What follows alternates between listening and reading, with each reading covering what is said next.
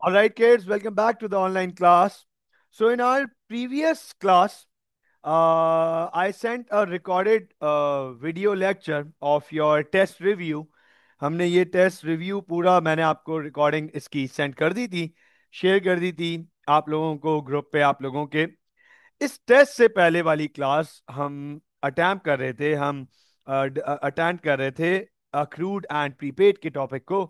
हमने स्टार्ट किया था टेस्ट से पहले वाली क्लास में अक्रूवल्स एंड प्रीपेमेंट्स को, और हमने अंडरस्टैंड किया था बहुत डिटेल में। मैं जल्दी से एक ओवरव्यू दे देता हूं ताकि हम आज इस टॉपिक को कंटिन्यू करके वाइंड अप करने की पोजीशन में आ जाएं कि सर, इनकम स्टेटमेंट बनाई जाती है प्रॉफिट पता करने के लिए, प्रॉफिट और लॉस आइडेंटिफाई करने के लिए। और इनकम स्टेटमेंट बनाने के लिए दो की इंफॉर्मेशन चाहिए होती हैं, इनकम एंड एक्सपेंसेस।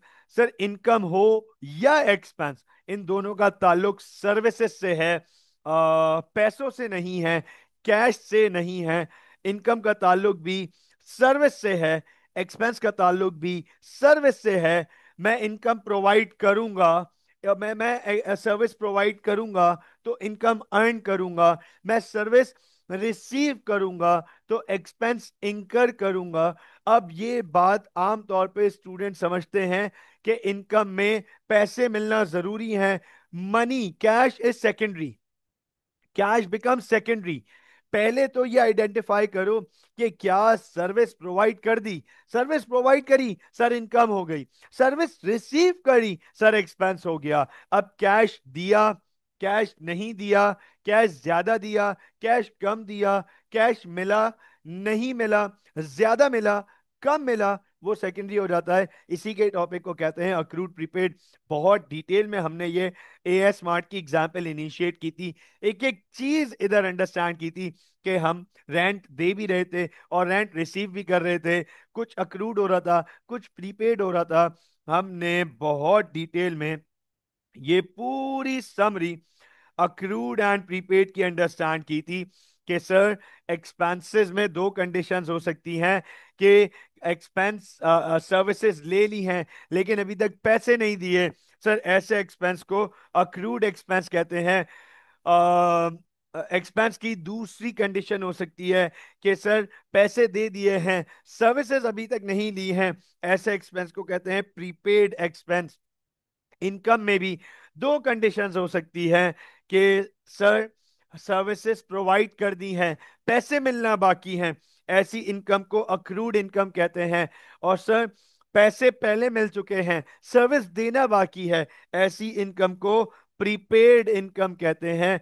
तो सर, हमने ये बहुत डिटेल में पढ़ा था कि अंडरस्टैंड कीजिएगा, अक्रूड एक्सपेंस अभी पैसे देना बाकी है, तो हमारा एक्सपेंस भी है और अदर पेबल्स भी है। It is both expense and other payables. Expense भी है, अदर पेबल्स भी है। प्रीपेड एक्सपेंस, प्रीपेड एक्सपेंस, पैसे दे दिए हैं, सर्विस रिसीव करना बाकी है। तो सर, एक्सपेंस नहीं है, अदर रिसीवेबल्स है। एक्सपेंस नहीं है, अदर रिसीवेबल्स है, क्योंकि now we are to receive the services, हमें अभी सर्विसेज रिसीव करनी है। It is not an expense, expense नहीं है सर, अदर रिसीवेबल है, अदर रिसीवेबल है। इसी तरीके से अक्रूड इनकम मतलब सर्विसेज हम प्रोवाइड कर चुके हैं, पैसे मिलना बाकी है। सर्विस हम प्रोवाइड कर चुके हैं, पैसे मिलना बाकी है, तो सर ये इनकम भी है और अदर रिसीवेबल भी है। इनकम भी है क्योंकि सर्विस प्रोवाइड कर चुके हैं और अभी पैसे मिलना बाकी हैं, तो अदर रिसीवेबल्स है। और फिर आ जाता है प्रीपेड इनकम। लास्ट क्लास में भी आप लोगों को बताया था कि इसका एक और नाम है अनअर्न्ड इनकम। हम इसे अनअर्न्ड इनकम भी कहते हैं। अनअर्न्ड इनकम का मतलब क्या है? ऐसी इनकम जो अभी तक अर्न नहीं की है, अमाउंट मिल चुकी है, अर्न इसलिए नहीं की क्योंकि सर सर्विसेज अभी तक नहीं दी हैं। तो प्रीपेड इनकम या अनअर्न्ड इनकम का मतलब यही है, पैसे मिल चुके हैं, सर्विस देना बाकी है, तो ये इनकम नहीं है। It is not an income but other payable. Sir, ये इनकम नहीं है, अदर पेएबल है। तो अब आपके सामने मैं एक क्वेश्चन ओपन करने जा रहा हूं, ये नोट कीजिएगा। Question number 5। सर, हम फाइनेंशियल स्टेटमेंट्स पढ़ रहे हैं। आप मुस्तकिल मेरे साथ फाइनेंशियल स्टेटमेंट्स बना रहे हैं। अगर मैं जल्दी से रीकैप करा दूं आप लोगों को। सर, क्वेश्चन 1 2 3 4, 4.1, 4.2, 4.3, ठीक है। और उसके बाद टेस्ट में भी हमने एक फाइनेंशियल स्टेटमेंट अटेम्प्ट की। मतलब सर, अब तक एज ऑफ राइट नाउ 8 के करीब आप इनकम स्टेटमेंट्स और एसओएफपीस बना चुके हैं मेरे साथ, ठीक है ना। हाँ, अब तक जो हमने आईएस और एसओएफपीस पढ़ी थी वो विदाउट एडजस्टमेंट्स थी, विदाउट मेजर एडजस्टमेंट्स थी। एडजस्टमेंट्स वहां पे मौजूद थी, मेजर एडजस्टमेंट्स अक्रूड प्रीपेड से शुरू होती हैं। तो क्वेश्चन नंबर 5 हम अटेम्प्ट करने जा रहे हैं। एक बात यहां पे बता दूं, जिन लोगों ने ओ लेवल्स में अकाउंटिंग पढ़ी हुई होती है उन्हें ये आइडिया होता है कि अक्रूड प्रीपेड दो तरीके से टेस्ट होते हैं। अक्रूड प्रीपेड का टॉपिक दो तरीके से टेस्ट होता है। एक फाइनेंशियल स्टेटमेंट्स के थ्रू टेस्ट होता है, जो कि यहां पे आपको नजर आएगा। और एक टी अकाउंट के थ्रू टेस्ट होता है, टी अकाउंट के थ्रू। तो मैं भी आप लोगों को बता दूं, राइट नाउ हमारा focus accrued prepaid in terms of financial statements है। टी अकाउंट्स हम आगे जाके पढ़ेंगे। अक्रूड प्रीपेड की टी अकाउंट्स की वर्किंग एडजस्टमेंट्स हम आगे एक टॉपिक के साथ मिलके पढ़ेंगे। फिलहाल हमारा अक्रूड प्रीपेड का सारा फोकस फाइनेंशियल स्टेटमेंट्स के ऊपर है कि क्या इंपैक्ट पड़ेगा अक्रूड प्रीपेड का फाइनेंशियल स्टेटमेंट्स के ऊपर व्हेन प्रिपेयरिंग आईएस और एसओएफपी थ्रू ट्रायल बैलेंस। ठीक हो गया। तो चलें, क्वेश्चन नंबर 5 आपके सामने अटेम्प्ट करने जा रहा हूं। Give me a thumbs up if we are good to go on. Give me a thumbs up if we are good to start question number 5. Yes, please. Perfect. Perfect. चलें start करते हैं। Start करते हैं question number 5। Note कीजिएगा, Samana enterprises trial balance as at 31 दिसंबर 2019। Sir, Samana enterprises का trial balance 31 दिसंबर 2019 को प्रेमिसेस की कॉस्ट, मोटर व्हीकल की कॉस्ट, मशीनरी कॉस्ट। तो अब आप नोट करें, तीन नॉन करंट एसेट्स हमारे पास अवेलेबल हैं। These are three non current assets: premises, motor vehicle, machinery. Then trade receivable, trade payables, cash. Bank debit side पर है तो बैंक करंट एसेट है, इस पे अब और ज्यादा बात नहीं करूंगा मैं। Sales, purchases, sales return, purchases return, carriage inwards, carriage outwards, discount allowed, discount received. तो सर, मुझे डिस्काउंट रिसीव यहां पर एक इनकम, एक इधर इनकम तो नजर आ गई। इधर discount receive is an income, ये इनकम है हमारे लिए। उसके बाद opening inventory, then wages expense, rent credit side पर है तो रेंट भी इनकम है हमारी। तो मुझे इस सवाल की दूसरी इनकम भी नजर आ गई। राइट, दो इनकम नजर आ गए मुझे, डिस्काउंट रिसीव और रेंट, क्योंकि रेंट क्रेडिट साइड पर है। उसके बाद sunrise expense, H N L, heat and light, already recorded drawings and opening capital. तो सर, ये ट्रायल बैलेंस हमारे सामने अवेलेबल है। अब अगर आप गौर से देखें ना, इस ट्रायल बैलेंस में कोई ऐसी इंफॉर्मेशन नहीं है जो आपने पहले ना पढ़ी हो। There is nothing, nothing in this trial balance जो आपने पहले ना पढ़ा हो। बल्कि मैं आप लोगों को एक जबरदस्त चीज दिखाता हूं। नोट कीजिएगा, मैं आप लोगों को एक जबरदस्त चीज दिखाता हूं। फोकस कीजिएगा। Let me show you guys one thing over here, गौर से देखिएगा, नोट कीजिएगा। Where are we? Yes, over here. अब आप ये देखें, हमने last time already question number 4 attempt किया है। हम जब इस प्रैक्टिस एक्टिविटी को कर रहे थे तो question number 1, question number 2, question 3, question 4, फिर क्वेश्चन 4.1, 4.2, 4.3। तो जब हम क्वेश्चन नंबर 4 अटेम्प्ट कर रहे थे, आप नोट करो, तो सिक्वेंशियल लर्निंग थी। क्वेश्चन नंबर 1 और 2 में कुछ फर्क था, फिर क्वेश्चन 2 और 3 में कुछ फर्क था, फिर क्वेश्चन 3 और 4 में कुछ फर्क था। अगर आप गौर से देख लो ना, क्वेश्चन नंबर 4 के इस ट्रायल बैलेंस को, जिसका टोटल है 294,500, आप अगर इस ट्रायल बैलेंस को इससे कंपेयर करके देख लो तो आपको समझ आ जाएगा कि सर डिट्टो डॉट सेम है, everything is same, same as question number 4।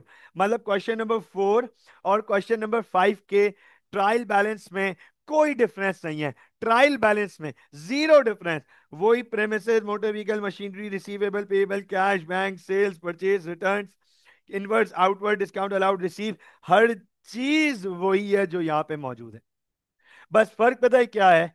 Question number 4 में दो एडिशनल इंफॉर्मेशन थी, two additional information, one closing inventory and two unrecorded drawings, unrecorded drawings both cash and goods, दो दो drawings हैं, एक cash की एक गुड्स की। आप जरा अब नोट करो, क्वेश्चन नंबर 5 में तीन एडिशनल इंफॉर्मेशन है, तीन एडिशनल इंफॉर्मेशन है, उसमें दो थी, यहां तीन है। यहां पे पहली क्लोजिंग इन्वेंट्री है और तीसरी वही अनरिकॉर्डेड ड्राइंग्स की है। इंफॉर्मेशन नंबर 2 ऐड ऑन हो रही है, इंफॉर्मेशन नंबर 2 ऐड ऑन हो रही है, वो अक्रूड प्रीपेड की है, वो अक्रूड प्रीपेड की है। तो चलें स्टार्ट करते हैं। The closing inventory was recorded at 18,000। तो सर ये क्लोजिंग इन्वेंट्री आ गई हमारी 18,000, क्लोजिंग इन्वेंट्री आ गई हमारी 18,000। और आगे एग्जामिनर पहले इंफॉर्मेशन नंबर 1 को पढ़ लिया, अब इंफॉर्मेशन नंबर 3 को पढ़ लेते हैं, फिर चलेंगे इंफॉर्मेशन नंबर 2 पे। कह रहा है on the date December 31st, 2019, wages were prepaid for 5,000, rent was accrued for 2,000 and H&L was accrued for 3,000। अच्छा, अब अटेंशन दीजिएगा यहां पे। तो यहां पर समझाऊंगा कि ये एग्जामिनर क्या बताना चाह रहा है, और एग्जामिनर जो हमें इंफॉर्मेशन दे रहा है हम उसे इंटरप्रेट कैसे करेंगे, how we will be interpreting this information, हम इसे कैसे इंटरप्रेट करें, इंफॉर्मेशन नंबर 2 को कैसे इंटरप्रेट करें सर। अब आप जरा गौर से देखें, कह रहा है on the date December 31st, 2019, बहुत क्लियरली बता रहा है, कह रहा है साल के आखिरी दिन, आपसे खुद कह रहा है साल के आखिरी दिन, वेजेस प्रीपेड 5,000। आसान अल्फाजों में बच्चों मुझे थम्स अप दीजिएगा इसके साथ, अगर बात समझ आ रही हो मुझे थम्स अप दीजिएगा। क्या ये आसान अल्फाजों में क्या एग्जामिनर ये कह रहा है कि वेजेस 5,000 ज्यादा पे कर दी हैं? क्या आसान अल्फाजों में एग्जामिनर ये कह रहा है कि वेजेस 5,000 ज्यादा पे कर दी हैं, वेजेस प्रीपेड 5,000? क्या एग्जामिनर ये कह रहा है? ऐसा ही है ना, wages prepaid 5,000, right? Saeed, what about Saeed? Saeed बेटा, एग्जामिनर क्या ये नहीं कह रहा? एग्जामिनर क्या ये कह रहा है वेजेस प्रीपेड 5,000? एग्जैक्टली ये कह रहा है। अब आप जरा गौर से देखें, हम सीधा जाते हैं ट्रायल बैलेंस में, हम सीधा जाएंगे ट्रायल बैलेंस में। ट्रायल बैलेंस में ये रहा वेजेस, ये रही वेजेस ट्रायल बैलेंस में, और अमाउंट है 15,000, वेजेस 15,000। चलो मैं आप लोगों को रिकैप करा दूं, रिकॉल करा दूं।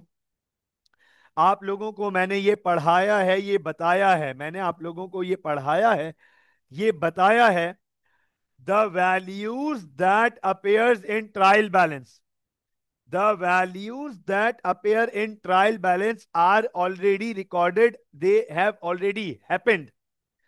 वो वैल्यूज ऑलरेडी हो चुकी है, वो वैल्यूज ऑलरेडी रिकॉर्ड हो चुकी हैं। इसका मतलब सुन लीजिएगा, इस बिजनेस ने वेजेस 15,000 पे कर दी हैं, वेजेस पेड 15,000। दोबारा रिपीट कर देता हूं, for this business wages paid 15,000। Sir इस बिजनेस के लिए 15,000 वेजेस पे कर दी गई हैं, हो चुकी हैं वेजेस पे। अब आप नोट करो, एग्जामिनर कह रहा है 5,000 ज्यादा पे कर दी हैं। तो मैं आप लोगों से सवाल पूछूंगा, मुझे चैट के थ्रू उसका जवाब दीजिएगा। अगर 15,000 पे कर दी है हमने, 15,000 हमने पे कर दी है, वेजेस वेजेस पेड 15,000, और पता ये चल रहा है कि 5,000 ज्यादा पे कर दी हैं। तो बताओ एक्चुअल में वेजेस कितनी पे करनी चाहिए थी? एक्चुअल में वेजेस अमाउंट क्या होनी चाहिए थी? What should have been the value of wages in actual? 15,000 तो हमने वेजेस पे कर दी हैं। 15,000 तो हमने वेजेस पे कर दी हैं। 5,000 हमने ज्यादा पे कर दी हैं। तो what should have been the amount of wages? बिल्कुल ठीक उमर, बिल्कुल ठीक हामिद, बिल्कुल ठीक बेटा। शायान बिल्कुल ठीक बेटा। Hamza, Saeed, what about Hamza and Saeed? क्या वेजेस होनी चाहिए थी? वेजेस की अमाउंट क्या होनी चाहिए थी? सर वेजेस की अमाउंट होनी चाहिए थी 10,000। वेजेस की अमाउंट होनी चाहिए थी 10,000। तो पता है हम क्या करेंगे? सर हम 15,000 में से 5,000 माइनस करेंगे। 5,000 माइनस करेंगे क्योंकि ये प्रीपेड है और वेजेस एक्सपेंस है। तो ये बन गया हमारा प्रीपेड एक्सपेंस। ये बन गया हमारा प्रीपेड एक्सपेंस। और आपको पता है प्रीपेड एक्सपेंस अदर रिसीवेबल्स कहलाता है। प्रीपेड एक्सपेंस ये लीजिए, आपके सामने कनेक्ट कर रहा हूं। प्रीपेड एक्सपेंस ये एक्सपेंस नहीं है, अदर रिसीवेबल है। ये एक्सपेंस नहीं है, अदर रिसीवेबल है। तभी एक्सपेंस नहीं है, तभी तो माइनस कर रहे हैं। एक्सपेंस नहीं है, तभी तो माइनस कर रहे हैं। और अदर रिसीवेबल है, तो अदर रिसीवेबल में ले जा रहे हैं। मुझे बताएं, इज दैट क्लियर? मुझे बताएं क्या वेजेस की बात समझ आ गई? मुझे बताएं क्या वेजेस की बात समझ आ गई? क्या वेजेस की क्लैरिटी है? जबरदस्त हो गया, बेहतरीन हो गया। चलो आगे चलते हैं। आगे चलते हैं, गौर से देखिएगा। कहता है रेंट अक्रूड 2,000। कहता है रेंट अक्रूड 2,000।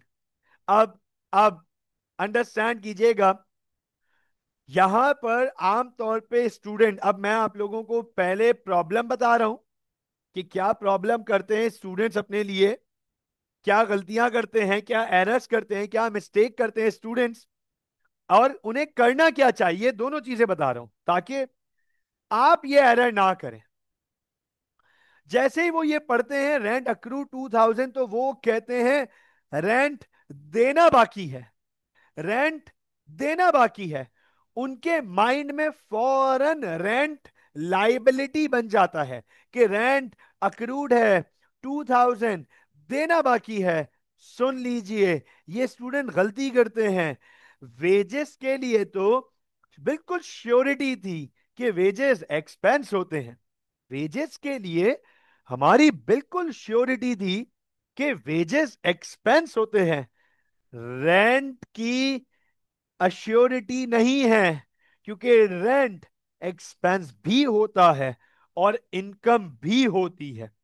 अब अगर अक्रूड अब अगर अक्रूड एक्सपेंस में है तो वो लाइबिलिटी बनेगा, और वही अक्रूड अगर इनकम में है तो एसेट बनेगा, करंट एसेट।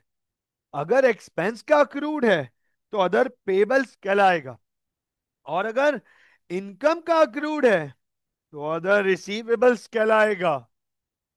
ये डिफरेंस है। इसलिए करना क्या चाहिए? अभी आपको बता दिया स्टूडेंट्स क्या करते हैं, अब बताता हूं करना क्या चाहिए। सबसे पहले आइडेंटिफाई करो कि रेंट एक्सपेंस है या इनकम। सबसे पहला काम आपका होना चाहिए आइडेंटिफिकेशन के whether in this question rent is an expense और एन इनकम। तो हम सीधा जाएंगे रेंट पर। रेंट को देखेंगे, रेंट इनकम है, रेंट इनकम है। और अब अक्रूड है इनकम, इनकम का अक्रूड है, इनकम का अक्रूड। तो इसका मतलब है सर्विसेज दे चुके हैं, पैसे मिलना बाकी है। सर्विसेज दे चुके हैं, पैसे मिलना बाकी है। अब आपसे जो सवाल पूछ रहा हूं उसका जवाब दीजिएगा। हामिद, हमजा, उमर, साइद, शायान, आप लोगों से जो सवाल पूछ रहा हूं उसका जवाब दीजिएगा। बताएं रेंट कितना मिल चुका है साल के दौरान। How much rent has been received so far by the business. Very good, very good, जबरदस्त हो गया। रेंट 8,000 मिल चुका है, वेरी गुड, क्या बात है। और अभी कितना और मिलना बाकी है? और कितना मिलना बाकी है? सर 2,000 अभी मिलना बाकी है। तो क्या मैं ये कह सकता हूं कि हमने टोटल 10,000 की सर्विसेज दी हैं इस साल रेंट के अगेंस्ट? क्या मैं ये कह सकता हूं कि हमने टोटल 10,000 रुपीज की सर्विसेज दी हैं रेंट के अगेंस्ट? तो अब आप गौर से देखिए, इसलिए मैं 8,000 में 2,000 ऐड कर दूंगा, क्योंकि ये अक्रूवल है। किसका अक्रूवल है? इनकम का। क्योंकि ये इनकम का अक्रूवल है, इसका मतलब है अभी इनकम मिलना बाकी है, पैसे मिलना बाकी है। तो आपको पता है ये बन जाएगा अदर रिसीवेबल। ये अदर रिसीवेबल्स में जाएगा। Accrued income, current assets, other receivable. Income भी है और अदर रिसीवेबल्स भी है। तो इनकम में भी ऐड करेंगे और अदर रिसीवेबल्स में भी ऐड करेंगे। इनकम में भी ऐड करेंगे और अदर रिसीवेबल्स में भी ऐड करेंगे। इनकम भी है और अदर रिसीवेबल्स भी है, तो इनकम में भी ऐड करेंगे और अदर रिसीवेबल्स में भी लिखेंगे। So I hope that this is very clear. अब यहां कोई परेशानी बनती नहीं है, होनी नहीं चाहिए। सर आखिरी एडजस्टमेंट रह गई है। कह रहा है heat and light accrued 3,000। Heat and light accrued. सबसे पहले तो ढूंढो हीट एंड लाइट क्या है। तो सर हीट एंड लाइट तो बाय डिफॉल्ट एक्सपेंस होता है, होता ही एक्सपेंस है, क्योंकि हीट एंड लाइट में हम सर्विस रिसीव करते हैं। हीट एंड लाइट में हम सर्विसेज रिसीव करते हैं। तो अंडरस्टैंड कीजिएगा, हीट एंड लाइट एक्सपेंस है हमारा। हीट एंड लाइट एक्सपेंस है। बताओ कितना पे कर चुके हैं एज ऑफ राइट नाउ, जल्दी जल्दी बताओ कितना पे कर चुके हैं हीट एंड लाइट। सर नजर आ रहा है ट्रायल बैलेंस में 12,000 पे कर चुके हैं। 12,000 पे कर चुके हैं और अभी भी पे करना बाकी है। अक्रूड है ना, पे करना बाकी है, मतलब सर्विस ले चुके हैं, पैसे देना बाकी है। कितने पैसे देना बाकी हैं? सर 3,000 अभी पे करना बाकी है। आपको पता है इसको कहते हैं अक्रूड, इसको कहते हैं अक्रूड। और ये अक्रूड है एक्सपेंस का। जैसे ये अक्रूड था इनकम का, ऐसे ये अक्रूड है एक्सपेंस का। अक्रूड एक्सपेंस का मतलब है सर्विसेज रिसीव कर चुके हैं, पैसे देना बाकी हैं, पे करना बाकी है। सर्विसेज रिसीव कर चुके हैं, पे करना बाकी है, तो इसे हम कहेंगे अदर पेबल। इसे हम कहेंगे अदर पेबल। बिल्कुल ठीक है साइद, बिल्कुल ठीक है हामिद, हम इसे कहेंगे अदर पेबल। बिल्कुल बिल्कुल ऐसा ही है बेटा। तो अदर पेबल है ये हमारा। अब आप देखें, नोट कर लें, ये रहा accrued expense, current liability, expense भी है और अदर पेबल भी है। तो एक्सपेंस में भी लिखेंगे और अदर पेबल में भी लिखेंगे। अब आप मुझे बताएं, क्या पूरा सवाल, क्या पूरा सवाल हमने क्रैक कर लिया, इंटरप्रेट कर लिया? अब आईएएस और एसओएफपी बनानी है। वेरी क्विकली मैं आपके सामने बहुत जल्दी आईएएस और एसओएफपी बनाऊंगा, क्योंकि अक्रूड प्रीपेड के रिगार्डिंग एक एक चीज शो करनी है। वो आईएएस और एसओएफपी के बाद हम जाएंगे ओवर हेयर। मैं आपके सामने यहां पर इसकी आईएस और एसओएफपी बनाने जा रहा हूं। चलें let's start. IS and statement of financial position of question number 5। चलें यहां पे स्टार्ट करते हैं। फोकस कीजिएगा। Question number 5, page 67। प्लीज गौर से देखिएगा। क्वेश्चन नंबर 5, समाना एंटरप्राइजेस। अरे बल्कि एक काम करता हूं, इसका नाम मैं यहां पे लिख देता हूं। यहां लिख देता हूं पेज 67। और यहां हम बनाने जा रहे हैं सर इनकम स्टेटमेंट। ये लीजिए, यहां हम बनाने जा रहे हैं इनकम स्टेटमेंट। फोकस कीजिएगा, अटेंशन दीजिएगा प्लीज। All right. तो इनकम स्टेटमेंट हम सबको बताया कि सर ये 2 कॉलम्स होती है। सबसे पहले इधर आएगा हमारे पास रेवेन्यू। नोट कीजिएगा सर, सबसे पहले आएगा हमारे पास रेवेन्यू। रेवेन्यू है हमारे पास, ये देखिएगा। रेवेन्यू मतलब सेल्स 156,500। 156,500 लेस करेंगे हम रिटर्न्स। सबको पता है सर ये सेल्स रिटर्न है, जब रेवेन्यू में से माइनस कर रहे हैं तो ये सेल्स रिटर्न है। ये रहे सेल्स रिटर्न 4,000। 4,000 जब हम माइनस करेंगे तो ये बनेगा 152,500। अब हम लेस करेंगे कॉस्ट ऑफ सेल्स। फोकस कीजिएगा, गौर से देखिएगा। Cost of sales, sir cost of sales में सबसे पहले आएगी हमारे पास ओपनिंग इन्वेंट्री। ओपनिंग इन्वेंट्री ये रही हमारे पास। Opening inventory 22,000। ओपनिंग इन्वेंट्री आएगी हमारे पास 22,000। ऐड करेंगे परचेजेस। परचेजेस है हमारे पास 45,000। फिर ऐड करेंगे कैरेज इनवर्ट्स। इधर कॉस्ट ऑफ सेल्स में जो कैरेज है वो इनवर्ट्स ही होता है, ये सबको पता होना चाहिए। Carriage inverts 3,000। All right. उसके बाद लेस रिटर्न्स। तो ये है ही परचेज रिटर्न। ये है ही परचेज रिटर्न 12,000। 12,000। और फिर लेस करेंगे अनरिकॉर्डेड गुड्स ड्रॉइंग्स। तो अनरिकॉर्डेड गुड्स ड्रॉइंग्स ये लिखी हुई 5,000 रुपए के गुड्स निकाले ओनर ने, 5,000 रुपीज के गुड्स निकाले जो कि रिकॉर्ड नहीं हुए। ये 5,000 यहां लिखेंगे और आखिरी में लिखेंगे लेस क्लोजिंग इन्वेंट्री। तो नोट कीजिएगा, क्लोजिंग इन्वेंट्री है सर 18,000। तो अब मैं इसको कॉस्ट ऑफ सेल्स को टोटल कर लूं। Umar Kasmani, thank you very much बेटा, thank you for the calculation. Sir it is 35,000।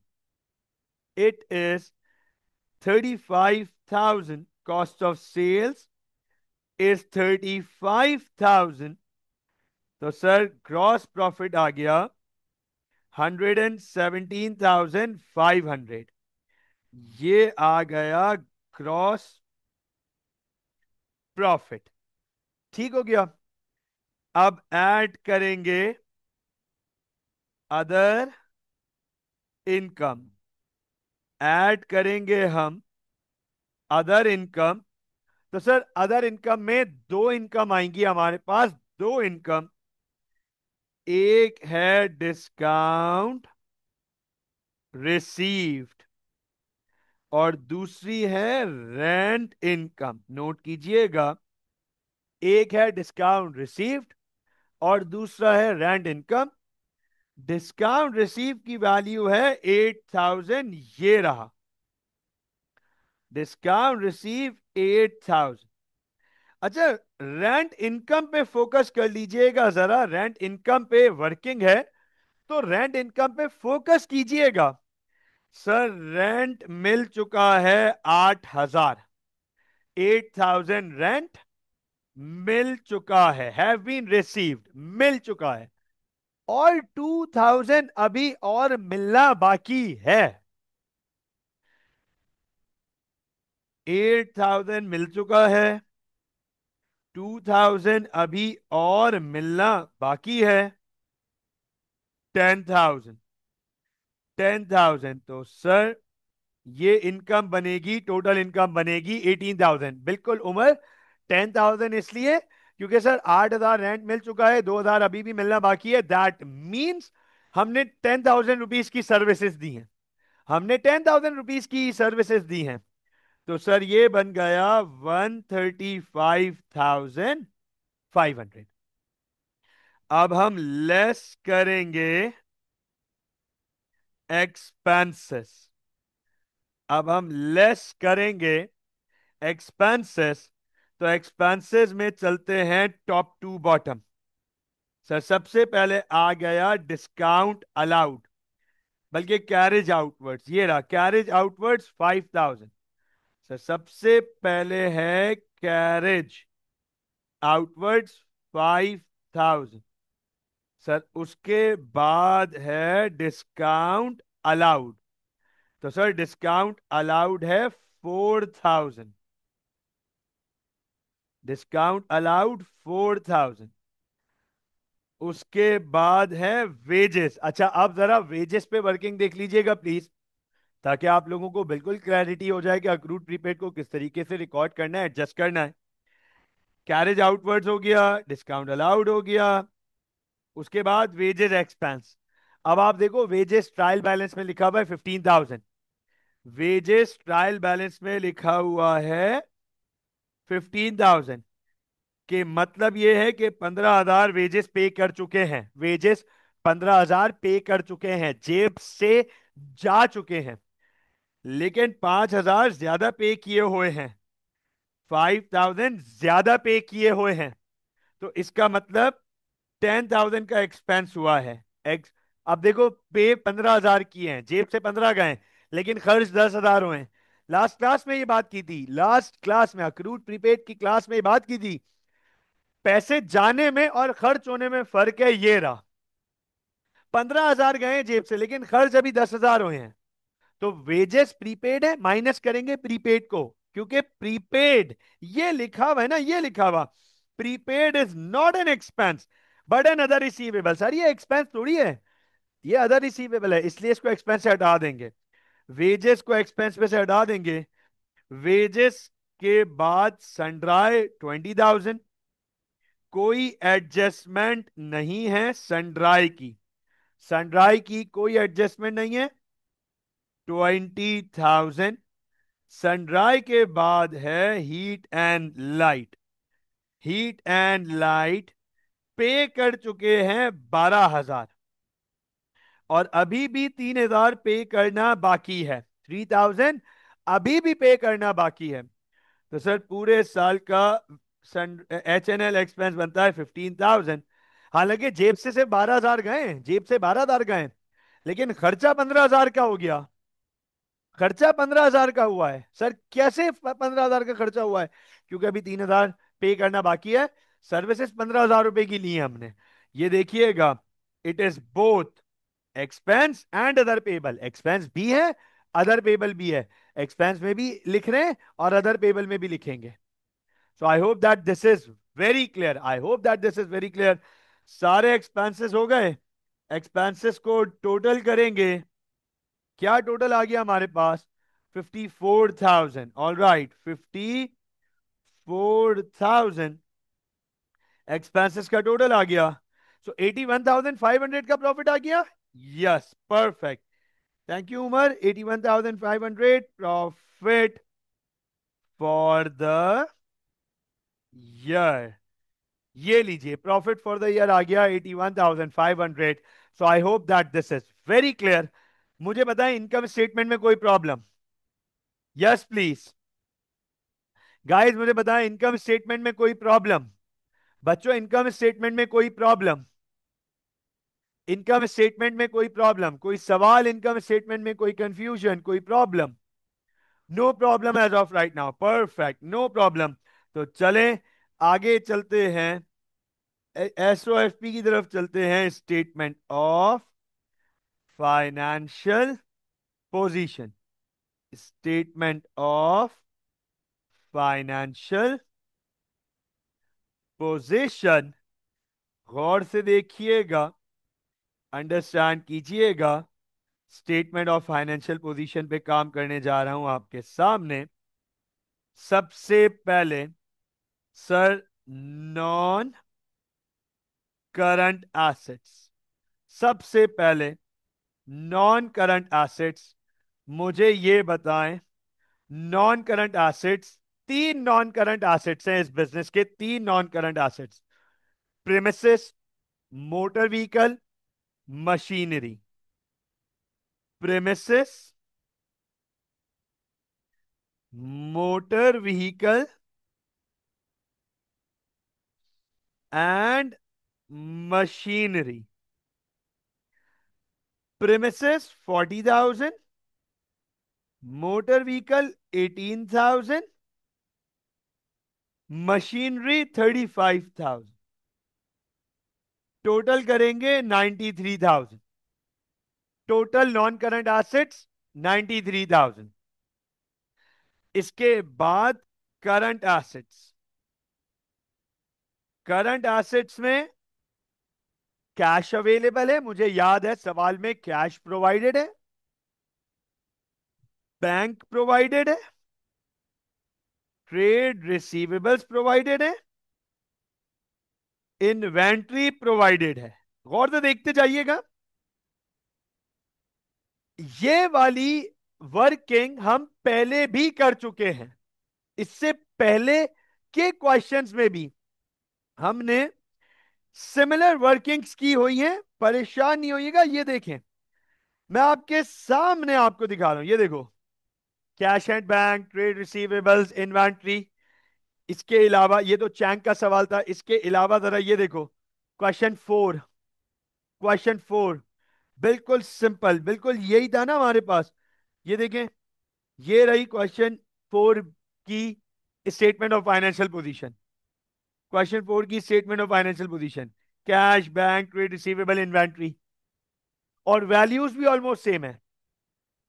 अब हमारे पास क्वेश्चन नंबर फाइव में एक और चीज ऐड ऑन होगी करंट एसेट में, और उसे हम कहेंगे अदर रिसीवेबल्स। बिल्कुल बेटा, अदर रिसीवेबल्स। तो अब आप नोट कीजिएगा, मैं आपके सामने जल्दी जल्दी वैल्यूज लिख दूं। सर, कैश है 21,000। कैश की वैल्यू जो हमें दी हुई है वो है 21,000, और इसमें से ओनर ने $1,500 निकाले हैं। $1,500 ओनर ने निकाले हैं। ओनर ने $1,500 निकाले हैं। वो रिकॉर्ड नहीं हुआ हुआ, वो रिकॉर्ड नहीं हुआ हुआ। तो 21,000, ये देखें, 21,000 -1,500, तो सर ये वैल्यू बनती है 19,500। ये कैश की वैल्यू है। उसके बाद बैंक में कोई एडजस्टमेंट नहीं है, कोई एडजस्टमेंट नहीं है। बैंक की वैल्यू है 11,500। बैंक की वैल्यू है 11,500। ठीक हो गया। फिर ट्रेड रिसीवेबल्स हैं 14,000, और क्लोजिंग इन्वेंट्री है 18,000। यहां तक तो आसान है, यहां तक तो क्लैरिटी है, यहां तक तो बात समझ आती है। अब मैं आप लोगों से एक सवाल पूछूंगा। I hope that you guys will be very much able to answer me. Hamid, Hamza, Umar, Saeed, Shayan, I hope and I believe in you people that you will be very much able to answer me this thing. बताओ, हमारे पास कितने type के other receivables हो सकते हैं? बताएं, हमारे पास कितने टाइप के अदर रिसीवेबल्स हो सकते हैं? कितनी कैटेगरीज के अदर रिसीवेबल्स हो सकते हैं? कितने टाइप के अदर रिसीवेबल्स हो सकते हैं? हमारे पास किसी सवाल में, किसी केस में कितने टाइप्स के अदर रिसीवेबल्स हो सकते हैं? Yes please, yes please. Okay, Hamid का आंसर आ गया है। What about Hamza, Umar, Saeed, Shayan? Okay, Hamza का भी आंसर आ गया, उमर का भी आंसर आ गया, शायान का भी आंसर आ गया। परफेक्ट। साइद बेटा, व्हाट डू यू थिंक, कितने टाइप के अदर रिसीवेबल्स हो सकते हैं हमारे पास? पता है, आप सब ने बिल्कुल सही जवाब दिया। I am quite happy, I am quite happy. दो टाइप के हो सकते हैं साइद, दो टाइप के हो सकते हैं, दो टाइप के। पता है क्या क्या, मैं बता देता हूं, मैं बता देता हूं। एक प्रीपेड एक्सपेंस और एक अक्रूड इनकम। दो टाइप के अदर रिसीवेबल हो सकते हैं सर, एक प्रीपेड एक्सपेंस और एक अक्रूड इनकम। और ये देखें, कोई परेशानी की बात तो है ही नहीं। ये लिखा हुआ, ये लिखा हुआ sir, prepaid expense, prepaid expense, ये रहा अदर रिसीवेबल। और अक्रूड इनकम, ये रहा अदर रिसीवेबल। तो सर दो टाइप के आपके पास अदर रिसीवेबल्स हो सकते हैं, एक प्रीपेड एक्सपेंस और एक अक्रूड इनकम। मुझे बताएं, क्या इस सवाल में कोई प्रीपेड एक्सपेंस है? मुझे बताएं, क्या इस सवाल में कोई प्रीपेड एक्सपेंस है? कोई ऐसा एक्सपेंस जो हमने ज्यादा पे कर दिया हो, ऐसा एक्सपेंस जो हमने ज्यादा पे कर दिया हो? यस सर बिल्कुल है, यस सर बिल्कुल है। क्या है? वेजेस प्रीपेड, वेजेस प्रीपेड कर दिए 5,000, वेजेस प्रीपेड कर दिए 5,000। तो मैंने आप लोगों को ये बताया था, प्रीपेड एक्सपेंस का मतलब है ये एक्सपेंस नहीं है, अदर रिसीवेबल है। तो अदर रिसीवेबल में लिखेंगे ना 5,000, अदर रिसीवेबल में लिखेंगे 5,000। अच्छा, क्या इसके अलावा कोई और एक्सपेंस प्रीपेड है? जल्दी से जवाब दे दें, क्या इसके अलावा कोई और एक्सपेंस प्रीपेड है? नहीं सर, इसके अलावा कोई और एक्सपेंस प्रीपेड नहीं है, इसके अलावा कोई और एक्सपेंस प्रीपेड नहीं है। अच्छा अब बताओ, क्या कोई ऐसी इनकम है जो अक्रूड है? क्या कोई ऐसी इनकम है जो अक्रूड है, मिलना बाकी है? हम सर्विसेज दे चुके हैं, मिलना बाकी है। क्या कोई ऐसी इनकम है? Yes sir, yes sir. Rent, rent के 2,000 मिलना बाकी है सर, रेंट के 2,000 मिलना बाकी हैं। Very good Hamid, very good. Sir rent के 2,000 अभी मिलना बाकी हैं। तो इसका मतलब अदर रिसीवेबल्स हो गए 7,000, अदर रिसीवेबल्स हो गए 7,000। इसके अलावा कोई और अदर रिसीवेबल्स नहीं है। तो अब आप नोट करें, मैं इसको टोटल कर लूं तो सर करंट एसेट्स का टोटल आ गया 70,000, 70,000। तो टोटल करंट एसेट्स हो गए 160, टोटल एसेट्स हो गए 163,000। So I hope that this is very much clear. आगे चलते हैं, equity and liabilities, equity and liabilities. सबसे पहले इक्विटी का सेक्शन, तो उधर इक्विटी में सबसे पहले ओपनिंग कैपिटल, और ओपनिंग कैपिटल है मेरे ख्याल से 100,000, ये रहा opening capital 100,000, opening capital 100,000। Add करेंगे प्रॉफिट 81,500। अभी थोड़ी देर पहले हमने प्रॉफिट निकाला 81,500, लेस करेंगे ड्रॉइंग्स। अच्छा, आखिरी दफा बता दूं, ये सारी ड्रॉइंग्स हैं, all all, recorded, unrecorded, unrecorded की goods, unrecorded cash, unrecorded non current asset, सब मिलाकर इधर आएगा। तो सर रिकॉर्डेड ड्राइंग्स हैं 25,000, 25,000, और अनरिकॉर्डेड है 5,000 और 1,500, leading to 31,500, giving the equity of 1 150,000। 150,000 की इक्विटी आ गई, 150,000 की इक्विटी आ गई, क्लोजिंग कैपिटल। इसके बाद करंट लाइबिलिटी। करंट लाइबिलिटी, कोई नॉन करंट लाइबिलिटी तो है नहीं, तो करंट लाइबिलिटी में एक तो है ट्रेड पेबल्स 10,000, और अब हमारे पास आएंगे अदर पेबल्स। अब देखो, इससे पहले अदर पेबल्स नहीं थे हमारे पास, इस सवाल में ऐड ऑन हो गए क्योंकि टॉपिक में है हमारे पास। अब मुझे बता दो कितने टाइप के अदर पेबल्स हो सकते हैं। अब तो ये आसान हो गया, अब तो ये बहुत आसान हो गया। कितने टाइप के अदर पेबल्स हो सकते हैं? वेरी गुड सर, दो टाइप के, वेरी गुड, टू टाइप के अदर पेबल हो सकते हैं। Simple, accrued expense, prepaid income. Accrued expense, prepaid income. बताओ इस सवाल में कोई ऐसी इनकम है जो हमें ज्यादा मिल चुकी हो? कोई ऐसी इनकम है जो ज्यादा मिल चुकी हो हमें? नहीं सर, ऐसी कोई, मे बी नॉट नहीं, कंफर्म है सही। सही, दो ही इनकम है। एक डिस्काउंट रिसीव है, उसमें तो वो है ही नहीं अक्रूड प्रीपेड, और रेंट में अक्रूड था, प्रीपेड नहीं है। तो ऐसी कोई इनकम नहीं है जो हमें ज्यादा मिल गई हो। क्या ऐसा कोई एक्सपेंस है जो पे करना बाकी है? यस सर, एक ऐसा एक्सपेंस है हीट एंड लाइट, उसके 3,000 पे करना बाकी है, 3,000। वही तो अदर पेबल्स है, ये बन गए 13,000। अब आप गौर से देखें, ये हो गए total 163,000। yet again we have successfully balanced। yet again हमने बैलेंस कर दिया। तो अब आप मुझे बताएं, इज दिस क्लियर? मुझे बताएं, क्या ये समझ आ गया? यस प्लीज, समझ आ गया? अच्छा, अक्रूड प्रीपेड कंटिन्यू कर रहा हूं, अटेंशन दीजिएगा, सुन लीजिएगा, अक्रूड प्रीपेड कंटिन्यू कर रहा हूं। बहुत इंपॉर्टेंट पार्ट है।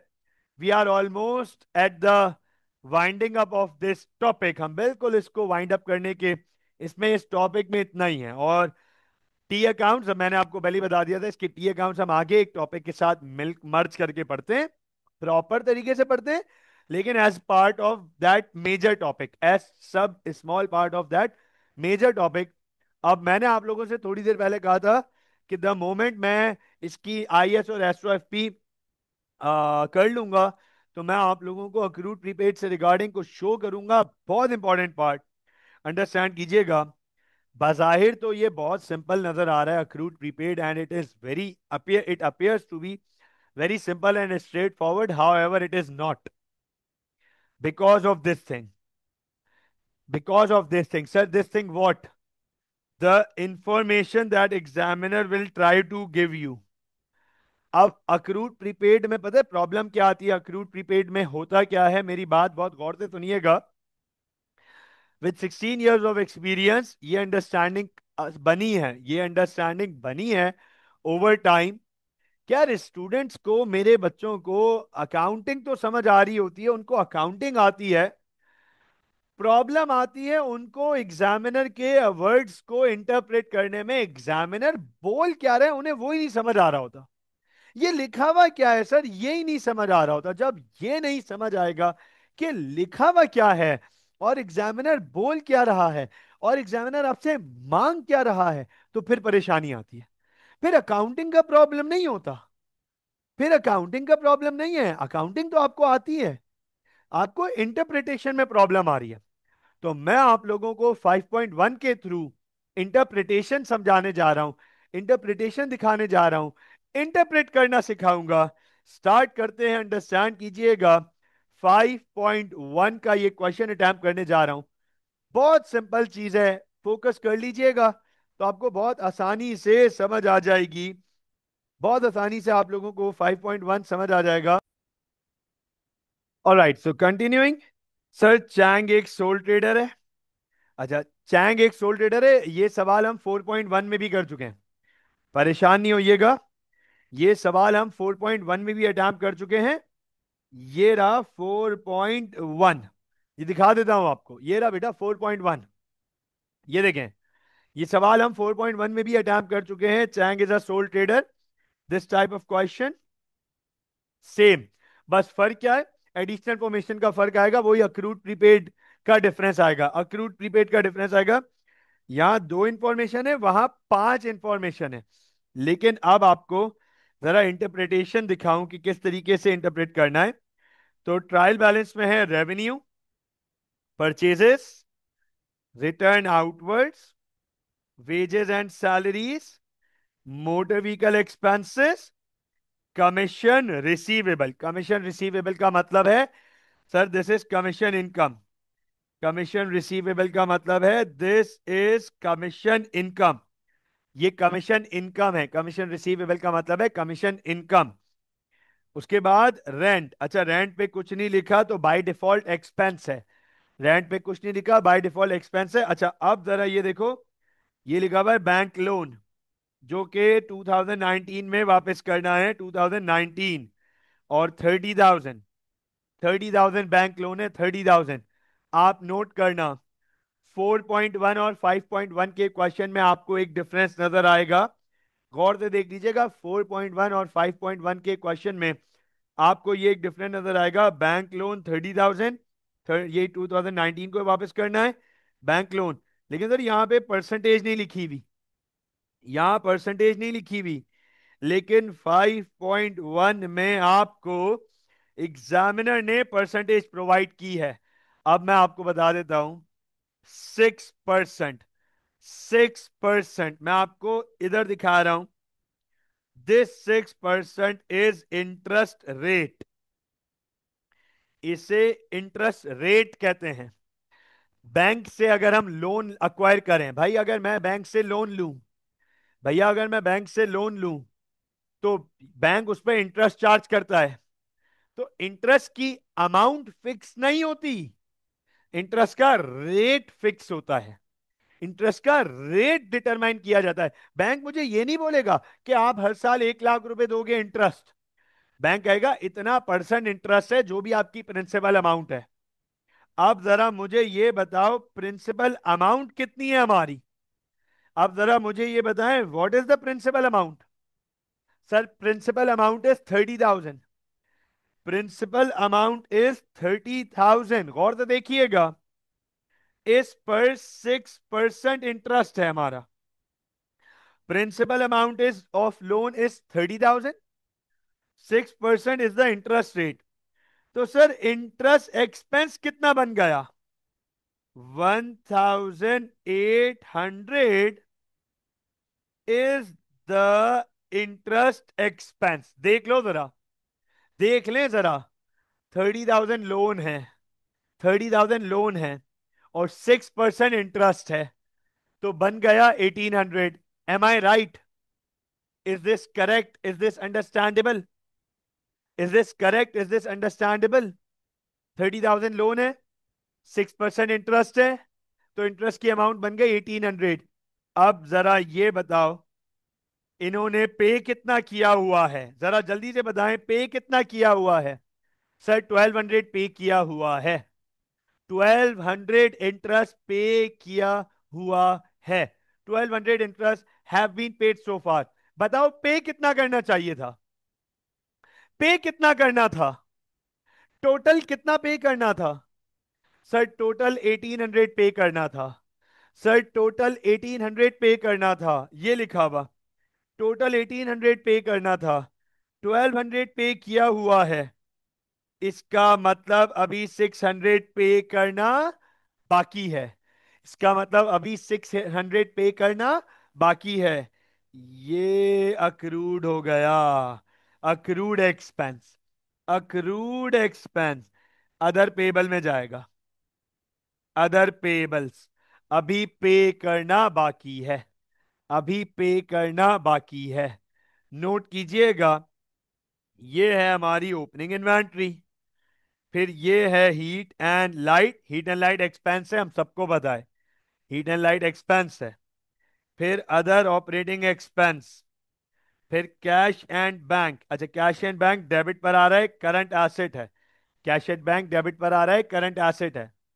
उसके बाद ट्रेड पेबल्स, उसके बाद ट्रेड रिसीवेबल्स, फिर opening capital, already recorded drawings, non current asset motor vehicle, non current asset fixture and fittings.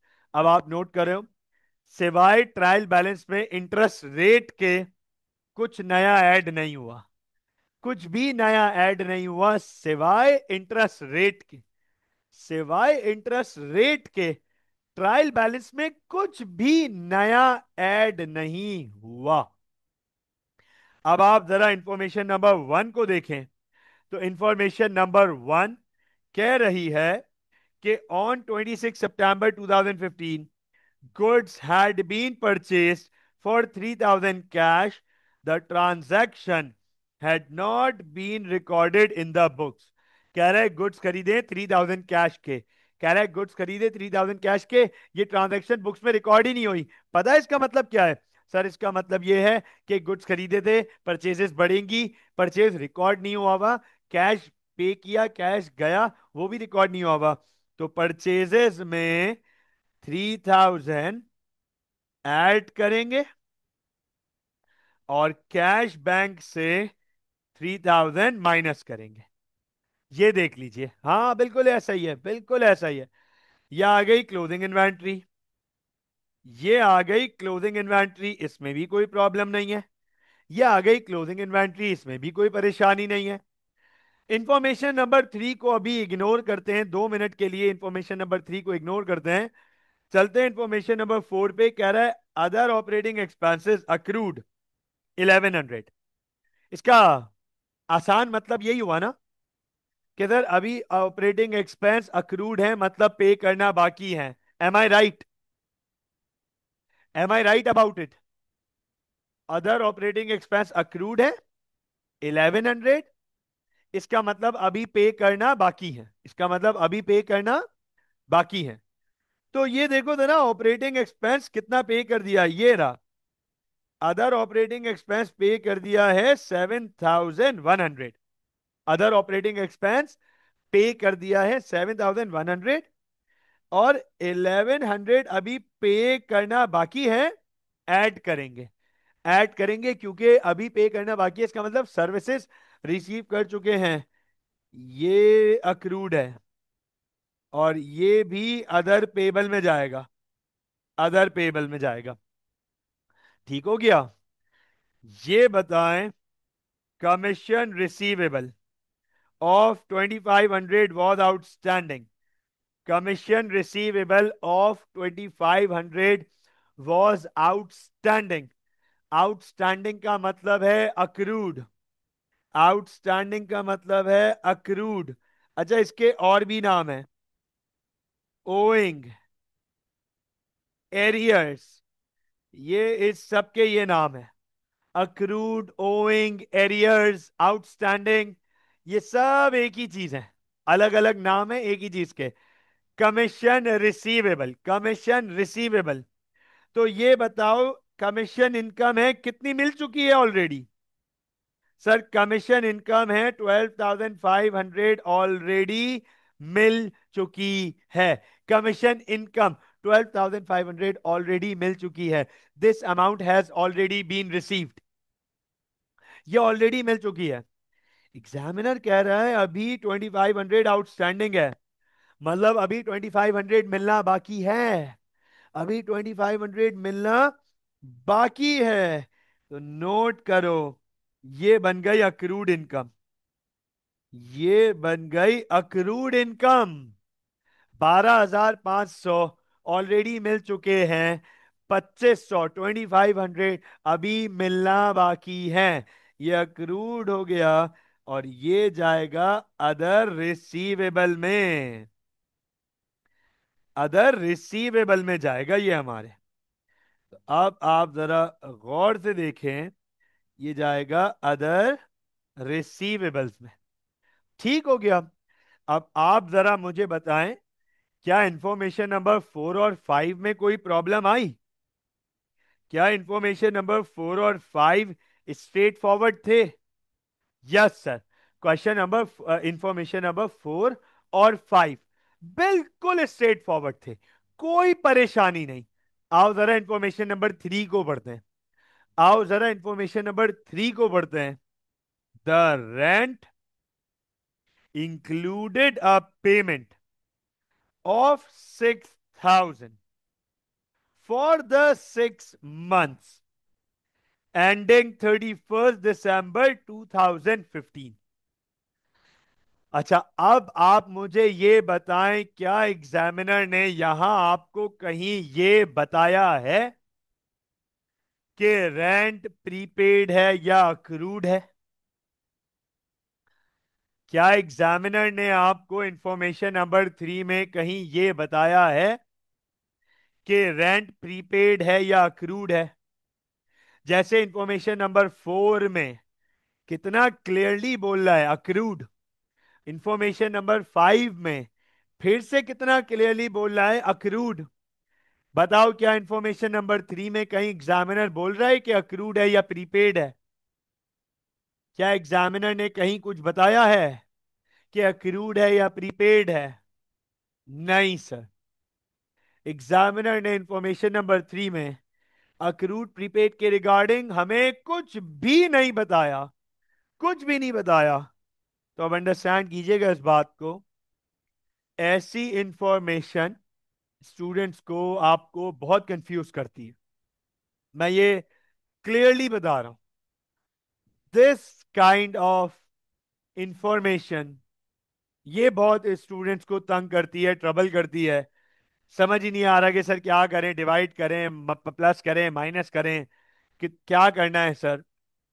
तो अंडरस्टैंड कीजिएगा, मैं आज यहीं पे रोकूंगा इस क्वेश्चन को, इस इंफॉर्मेशन को यहीं तक रखूंगा।